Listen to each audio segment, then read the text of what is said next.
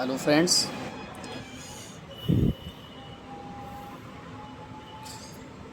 I'll come back with the part 3 video of the linear algebra. So in this video I want to discuss about the shortcut for 3 cross 3, how to find the inverse.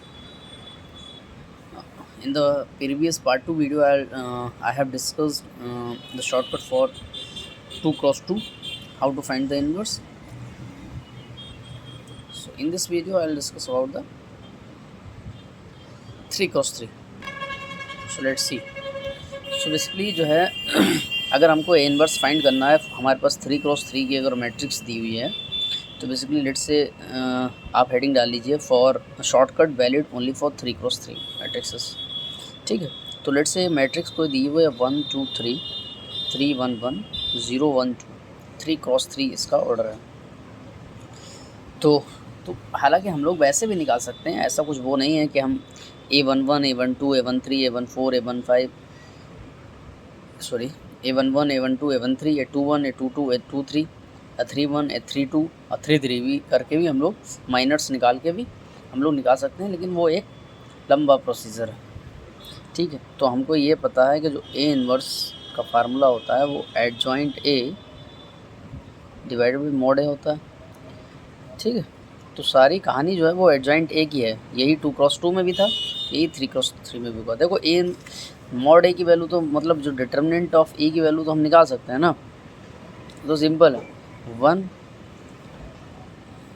2 -1, बीच वाले में minus लेते हैं तो -2, ये रो छोड़ी ये 6 -0 +3, ये रो छोड़ी ये 3 -0, तो बेसिकली ये हो गया 1 तो था, ये 1 आ गया अंदर, 2 ये 6 आ गया अंदर, +3 ये 3 है अंदर, तो ये 1 -12 +9 तो -3 9 1 10 -2 जो है वो इसकी हो गई डिटर्मिनेंट की वैल्यू हो गई। मतलब ये -2 जो वैल्यू हो गई वो मॉड ए की हो गई। मॉड ए बोल दो या डिटर्मिनेंट ऑफ ए बोल दो, ठीक है। तो बेसिकली सारी कहानी एडजॉइंट ए की है। तो एडजॉइंट ए क्या कैसे निकालेंगे वो देखना इंपॉर्टेंट है। ठीक है, तो बेसिकली आप उसमें मैंने क्या 2 लाइन लिखवाई थी आपको, 2 लाइन मैंने ए इनवर्स फॉर 2 क्रॉस 2 के लिए मैंने 2 लाइन क्या लिखवाई थी, चेंज द डायगोनल एलिमेंट। दूसरी लाइन थी rest of the sign changes. इसमें क्या है, कुछ नहीं, 2 छोटी सी 2 पॉइंट्स हैं, वो आप नोट कर लीजिए। पहला पॉइंट है copy two column in forward direction, copy two column in the forward direction. ये कॉलम्स हैं कि 2 कॉलम्स को हमने आगे और लिख लेंगे। ठीक है, दूसरा पॉइंट क्या है, copy two row in the bottom, copy two row in bottom. ठीक है, कैसे, देखो हमारे पास मैट्रिक्स क्या थी 1 3 0 2 1 1 3 1 2, ये मैट्रिक्स हमारे पास थी। पहला पॉइंट क्या है, copy two column in the forward direction. देखो एक कॉलम ये हो गया, एक कॉलम ये हो गया, कोई 2 कॉलम आप पकड़ लीजिए, उसको यहाँ आगे फॉरवर्ड डायरेक्शन में कॉपी कर दीजिए। देखो 1 3 0 2 1 1, मतलब ये वाले जो कॉलम्स हैं यहाँ लिखने हैं सिर्फ एज इट इज़ 1 3 0 2 1 1। ठीक है, उसके बाद क्या है, copy two row in the bottom. ये जो रोज़ हैं उनको सेम 2 ऊपर वाली 2 रो को मैंने सेम, ये रो है 3 रो हैं, ऊपर वाली 2 रो को copy two row in the bottom नीचे लिखना है। तो 1, ठीक है, 2 3 1 2, ओके। उसके बाद 3 1 1 3 1 हो गया। इतना लिखने के बाद ठीक है, copy two column in the forward direction, 2 columns जो थे मैंने उनको आगे लिख लिया। फिर उसके बाद जो 2 रो हैं, ऊपर वाली जो 2 रो थी उसको नीचे लिख लिया। उसके बाद क्या करना है आपको, यहाँ से ऐसे करके एक लाइन खींच देनी है, पहली रो और पहले कॉलम के बीच से एक लाइन खींच देनी है। ठीक है, ठीक है। उसके बाद क्या रहता है कि जैसे मान लो देखो एक पॉइंट और आपको लिखना है, तीसरा पॉइंट आपको लिखना है, if you expand horizontally, if you expand horizontally, write vertically. इसका मतलब क्या है? इसका मतलब ये है, अगर आप जो एक्सपेंड कर रहे हैं वो अगर ऐसे ऐसे एक्सपेंड कर रहे हैं, फॉर एग्जांपल आपने ये एक्सपेंड किया, फिर ये वाला कॉलम पकड़ा, मतलब ये वाले माइनस पकड़े, ये पकड़े, तो अगर आप वर्टिकली एक्सपेंड कर रहे हैं तो आप जो ए इनवर्स में लिखेंगे वो हॉरिजॉन्टल लिखेंगे। कहने का मतलब ये, अगर आप ऐसे एक्सपेंड कर रहे हैं, ठीक है, हॉरिजॉन्टली, तो आप लिखेंगे, आप जो राइट करेंगे वो वर्टिकली करेंगे, ऐसे भी समझ सकते हो। ओके, तो हमको ये पता है कि जो ए इनवर्स का जो फार्मूला होता है वो क्या होता है, एडजॉइंट ए। एडजॉइंट ए में हमारा हमने बना ही दिया है पूरा, तो ऐसे 3x3 की एक मैट्रिक्स आएगी। नीचे हमको पता है मॉड ए, मतलब डिटर्मिनेंट ऑफ ए -2 आई चुकी थी।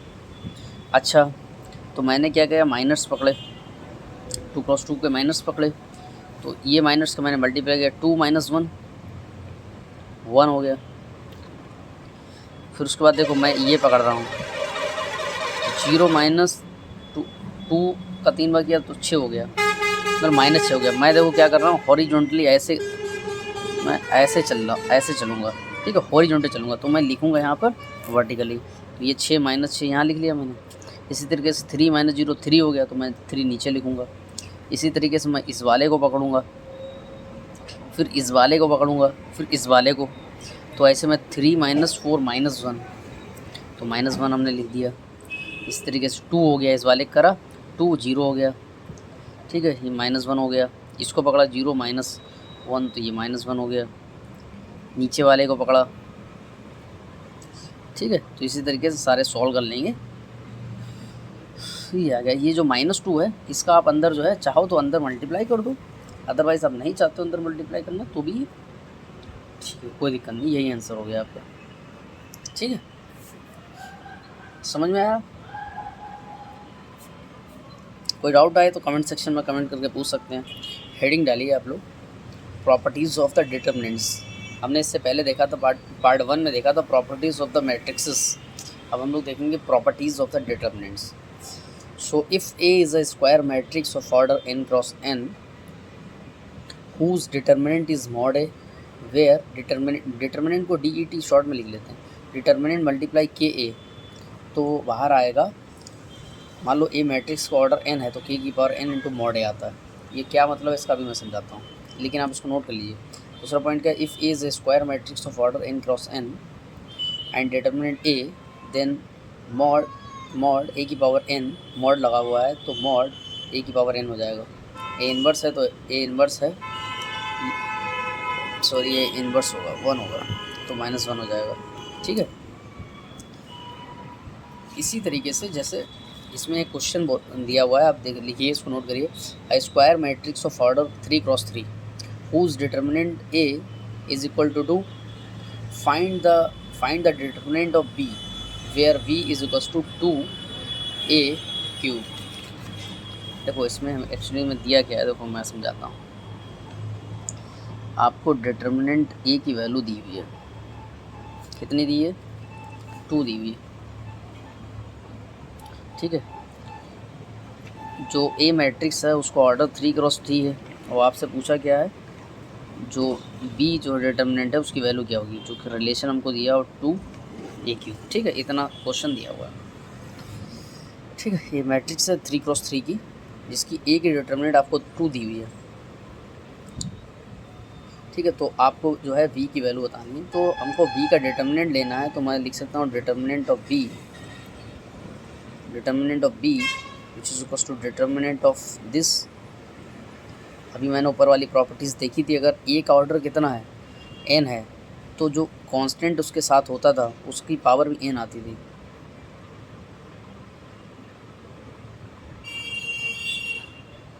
ठीक है, तो यहाँ पे एक ऑर्डर कितना 3 है, तो 2 की पावर 3 बाहर आ गई और डिटर्मिनेंट a³ हो गया।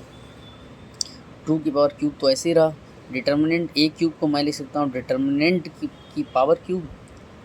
अब ये 8 हो गया, डिटर्मिनेंट a की वैल्यू क्या है, 2 है, तो 2 का क्यूब हो गया मतलब ये 8 to 64 हो गए।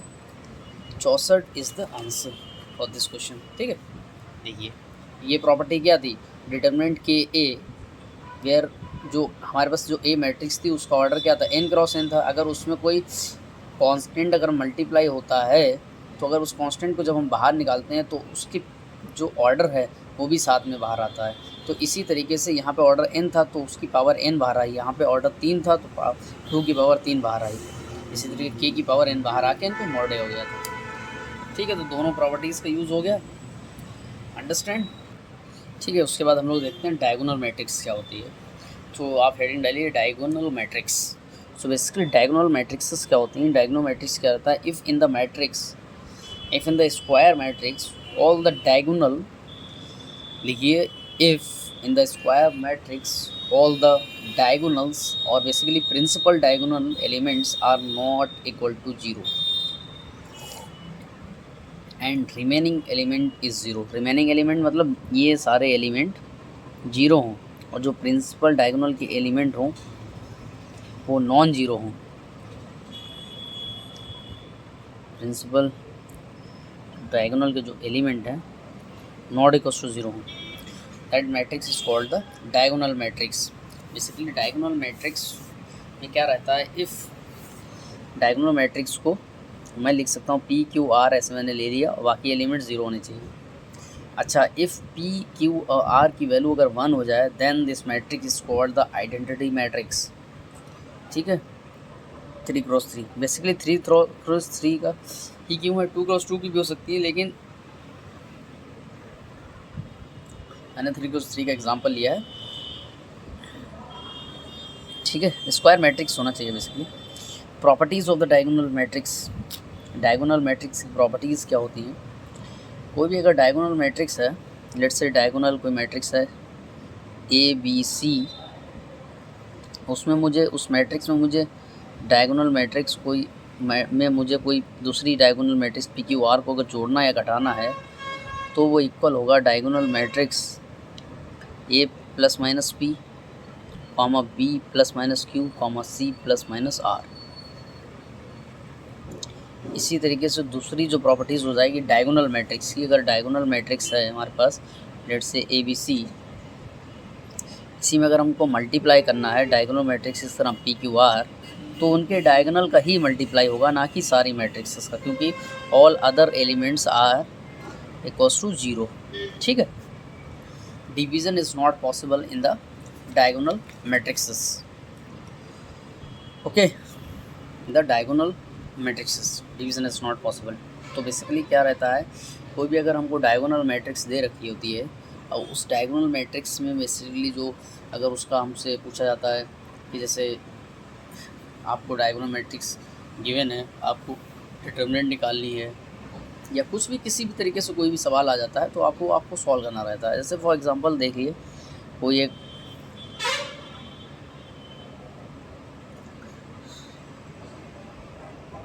जैसे मान लो एक एग्जांपल है, हम लोग ने जैसे भी प्रॉपर्टीज़ पढ़ी थी उस पर एक एग्जांपल लिखा हुआ है। कोई ए मैट्रिक्स हमारे पास है, if a matrix a whose order is 2 cross 2,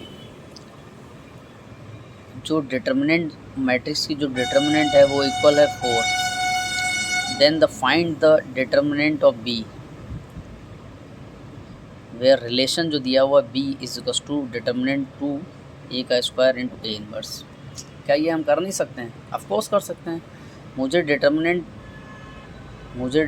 किसका निकालना है, बी का,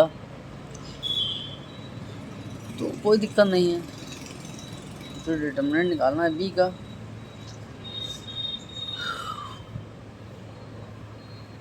मैं निकाल लूँगा ना।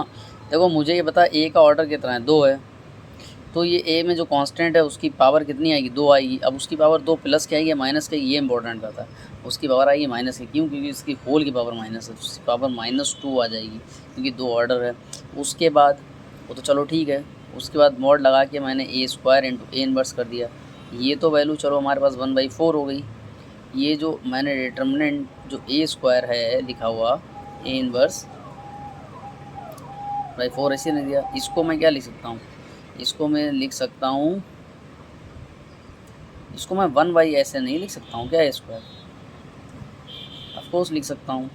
अब मैं इसको 1/4 इंटू ये भी लिख सकता हूँ, मॉड ए का स्क्वायर 1/4 इंटू, हमको डिटर्मिनेंट की वैल्यू दी थी 4, मतलब 4 का स्क्वायर, मतलब 1/4 इंटू 1/16, 47 64, 1/64 इज द आंसर.